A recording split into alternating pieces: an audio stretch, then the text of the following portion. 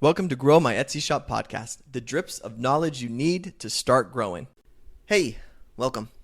So today we're going to be talking about continuity, but this comes from a conversation that I was able to have I met with my mastermind this week, and I have one of the most successful Etsy shops that I say they're in the top 3. Here's a better way to say it. They are number 1 when it comes to keeping their operations small. So I've worked with some shops that, they go over $1 million and life is good. But they have employees and warehouses and the whole thing. This shop I'm talking about is a mom and pop, work from home, have someone help them fulfill. That's pretty much it. Business. And they do very, very, very well. And he came to this call with some data and was talking about some of the stuff that he had discovered. And it goes right along with some of the stuff that I've talked about on this podcast. So I kind of want to go over that and just share the importance of continuity with you. So if you're a fan of the podcast, you know Jared is a giant believer that your Etsy shop should not be, your customer journey shouldn't be that they buy a product from you and leave. You can grow an Etsy shop but the problem is keeping an Etsy shop that's growing year over year. That's difficult to do without continuity. When I say continuity, I'm referring to people coming back and buying from you, creating something that goes. Now, there's 2 different mindsets with this. Mindset number 1 that I see is people say, well, Jared, I sell paper clips. So people come to me when they run out of paper clips and I sell them paper clips. But sometimes they buy 500 paper clips. So how am I supposed to see that person again? Because the time they use 500 paper clips, they're going to be 87 years old. So I can't continue to sell to them. And logically, that is correct. If you came back to them and said, hey, do you want to buy 75,000 paper clips? They're going to be like, no, I have 500. I'm good. Well, do you want to buy 1 million paper clips? No, I'm good. Well, you want to join my subscription plan where I sell you paper clips? No, I have 500 of them. I'm fine. This mindset of trying to, the word needle pin is what's in my head, but that's not what it is. Pinhole. There it is. To try to pinhole your business is going to be the reason that you can't have this. Because when you're saying, look, this is what I sell, and once I sell it, they're done. Yeah, that's logic. That's correct. And so if the idea is, well, I just need to get more traffic, you can, and there's that growth that's going to come to your store as you learn how to sell it better, improve your conversion rate, like all of that, there's money to be made there. And a lot of that is the stuff that we learn on this podcast. How do we sell our stuff better? But if you want to push yourself into a very, very successful Etsy shop, continuity is the way to do it. And this means that you have to be flexible on understanding who it is that who's buying your paper clips, why they're buying your paper clips, and how you can continue to serve that person. So what brings this up is that this individual said 51% of my income last year came from 10% of my customers. That is an enormous stat that shows you that they have mastered continuity, mastered it. And then I love the way that they even dissected their data more. Because they have so much purchase power, they have a lot of data that they can look at. And this just goes to show you how good of a businessman this individual is that I'm speaking to, is that he would follow product lines. So he would say they have a membership that allows people to get monthly stuff. And he recognized it takes 3 purchases before someone becomes a member on my shop. That's the majority of my members have come once they've made multiple purchases. He says, but I've realized that by the time they've made 3 purchases, they could have saved money by being a membership. And so I'm going to start promoting membership to them about saving money on purchase 2. Genius. Because he's recognizing it takes 3 for them to go, but they're overspending. If I can catch them at 2, now I only have to, in his mind, I just need to have a customer buy from me twice, and then I can get him into a membership. Another thing that he pointed out that I thought was really interesting is he mentioned that he had a few dead products, meaning people would buy this line of product from him and they would never come back again. And again, a lot of us on Etsy, that's kind of what we are. We are that dead product line. And from his perspective, he was like, hey, this is a problem. Not, well, at least I sold them this. He's like, I want to address this. I want to fix this. And so one of the things that we talked about was when someone buys that product, let's include a sample from the other things that we want them to buy to see if we can move them into these other products. Because he sells, the people are buying specific, think of it like, I'm trying not to give away his product. Think of it like game boards. So if someone goes to Target and buys Sorry, they're realizing they don't ever come back and buy Monopoly. They don't buy anything else. They just come and buy Sorry. So what if we, when they buy Sorry, include a sample of Monopoly in there and give them a little push to say, hey, here's a little thing for you. Here's this short-term discount that you can get in the next 30 days. If you want to buy Monopoly, we'll give you a discount on that. And now we get them playing Monopoly, and then we create them to be game board lovers. And where do they buy their game boards from? Well, we already know they come to Target to buy their stuff. So if we can just get them to stay motivated to continue to buy game boards or make them become game fans, suddenly we have a customer that we have continuity with, which is where his brain was and how he was thinking, and you can see the value of this. So let's talk about this from an Etsy standpoint. Most of us, we are comfortable. We want to sell the products that we know how to do, that we're comfortable, maybe that we enjoy. We want those products to sell, and then we want to find more people to buy those products from us. And this is a great way to grow a business. So I'm not bashing this at all. It's just a difficult business to make more money than you did the year before, year after year after year after year. And the reason for that, as we shared, is competition is going to come after you. People are going to start taking what's working from you and applying it into their own store. In fact, we had a great conversation about this in the mastermind, and I thought this was such a great piece of advice. I have a very successful digital art seller, and someone asked the question to her, I'm starting to see some of my stuff, my pictures show up from my competitors and stuff like that. What should I do? And this digital art seller has some copyright on her stuff. She's got a lawyer that she's in contact with to work things out, and has been fighting stuff for a long time, even with just Etsy and making up copyright rules on their part and yada, yada, yada. And obviously it's a case-by-case issue, but her big picture advice was people who are ripping off your ideas don't have sustainable businesses. They come and go because they don't have the ability to think for themselves. They're just out to steal. And so when they're out stealing and getting all that stuff and running with it, it's frustrating, and sure, it cuts into your sales, but they're not true competition because they peter out. She said where the growth comes in, where you can be something, is when you are the one thinking independently above all the copycats. That's what keeps you in front. That's what keeps you going. And so she said, you can spend hours fighting and trying to get people to let go stuff so that you can capitalize on a design or whatever it may be, or you can spend that time thinking forward and creating the next thing that's out there. And if you do that, you're always one step ahead of them, and you're growing a business while they are trying to keep up.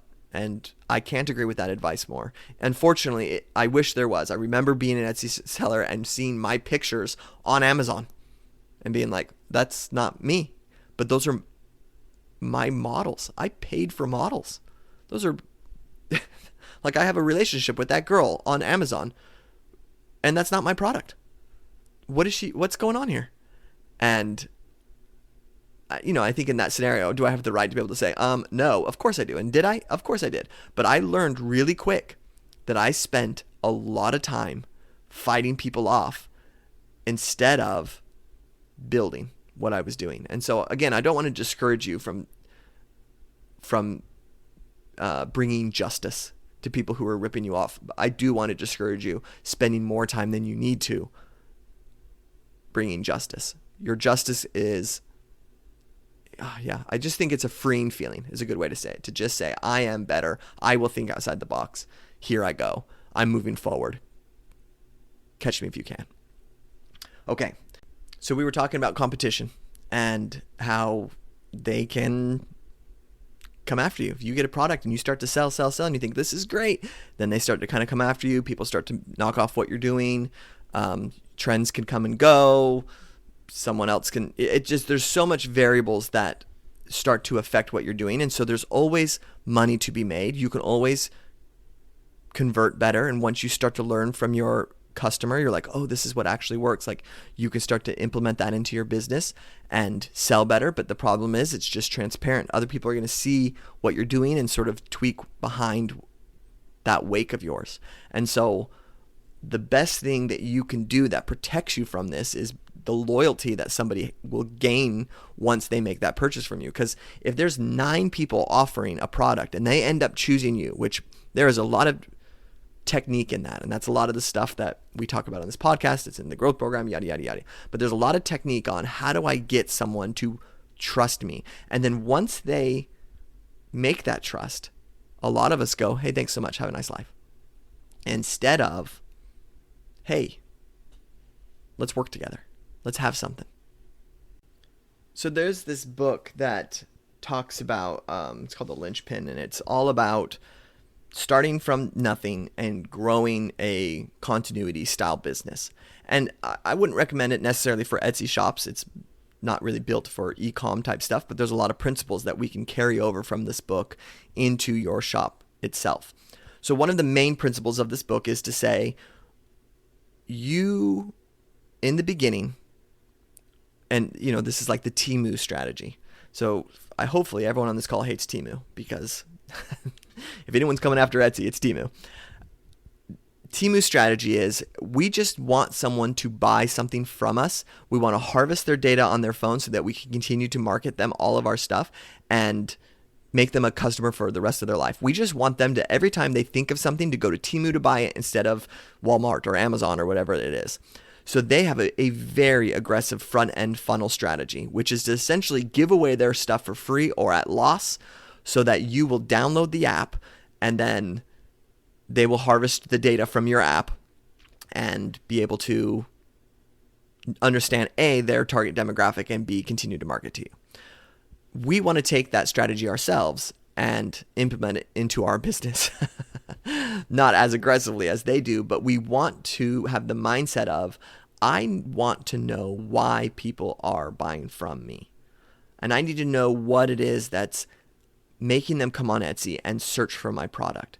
And this is important. And if you're hearing this and like, I don't really know, or they just like this, or they just like that, like, you're not getting the question. The question is, why did they choose to sit down and open Etsy and search for your keywords and click on your picture and read your description and go through your pictures and give you their credit card and buy that product? Because that's a way bigger question than what did they like about your product? Why? What's motivating behind them? So if we go back to our paperclip person and say, why did someone buy paperclips from me? Is it that they want organization? Is it they want the aesthetics of what my paperclips have? What is the thing that's making them want this from me? So Etsy makes it difficult for us to get this data, but they don't make it impossible. So one of the first things that I tend to do is anyone who's buying more than once from me or is buying a lot from me, I usually try to find that person on social media. So I'm looking that up. Hey, who is this person? I want to know about them. What's making them tick? What are they doing? The reason for this is I'm trying to gain, hey, obviously this person trusts me. Obviously this person's very interested in what I have to sell. What are they interested in as a person? Because if I find out, oh my gosh, this person's super, like their house is spotless. I can see it. They are just spotless. Then it makes me think, oh, maybe you just don't like your papers to be out of whack. You just like to get a paperclip on there because you want a really clean, this is just who you are. You're an organizational person. So then what that does for me is I start to say, all right, well, when this person's buying paperclips for me and I can't sell them paperclips anymore, are there other things that I can sell that match my aesthetic or the aesthetic that they're interested in? That's also an organizational thing that's going to help them have perfection in their office or in their kitchen or in their daily life. And now I'm onto something. Now you can be that person I'm referring to again when they see that dead end product of the paperclips. They say, how do I swing them over to my other stuff? The other thing that is a good strategy on Etsy is to be very open for conversations. And so if you're very promoting yourself on like, hey, reach out if you have any questions, feel free to message us, we'll respond. That's a good way to get people to come in and ask you questions and open a dialogue with you. And then from there, questions can be asked. You can get a feel of who a person is, why they're buying from you, yada, yada, yada. Another great strategy is to set up multiple listings that point to different people. So maybe I have a paperclip listing that's very geared towards the aesthetics of the paperclip. Maybe I have one that's very geared towards the organizational strong points of the paperclip. And from there, I'm going to see which listing tends to attract who. And if I start to see a lot of people are buying the aesthetic one, seems like people are really interested in the aesthetics of my paperclips. So what does that learn about me? I have this brand that people who are probably into organization, but more care about the aesthetics of it. Can I continue to create things that are like this? And so this is where you as a business owner get stretched, is because a lot of the times we say, well, I don't make things like that. I can't make things like that. It's like, right, today you can't. But you have an audience of people who are coming to you who are interested in a particular thing, and your job is to find the thing that they want and sell them that. And if you want continuity in your business, this should always be on your mind. I've shared this before. I can share it again. When I started this podcast, I had nothing to gain from it.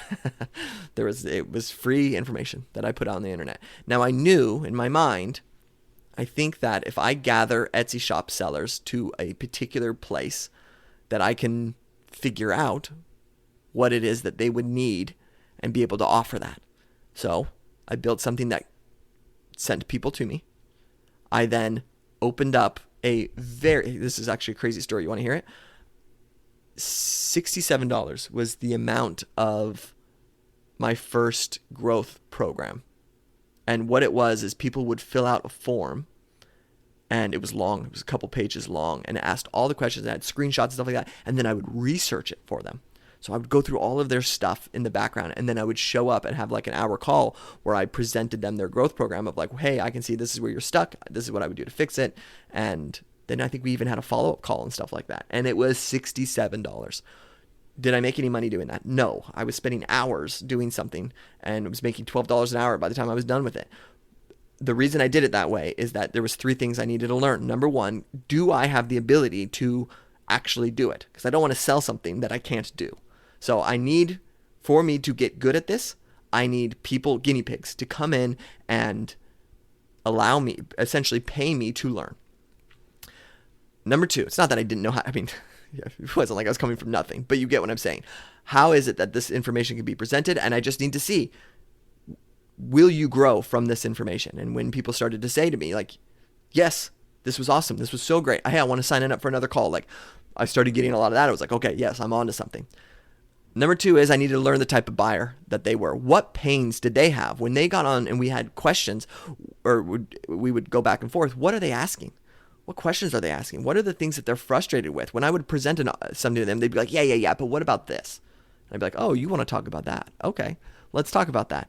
And then what happens is the next time I get someone who signs up for something, I say, oh, I know what they're going to want to talk about. They're probably going to talk about this. And then I get on that call and I would see the things that excited them, the things that they were, that would light them up.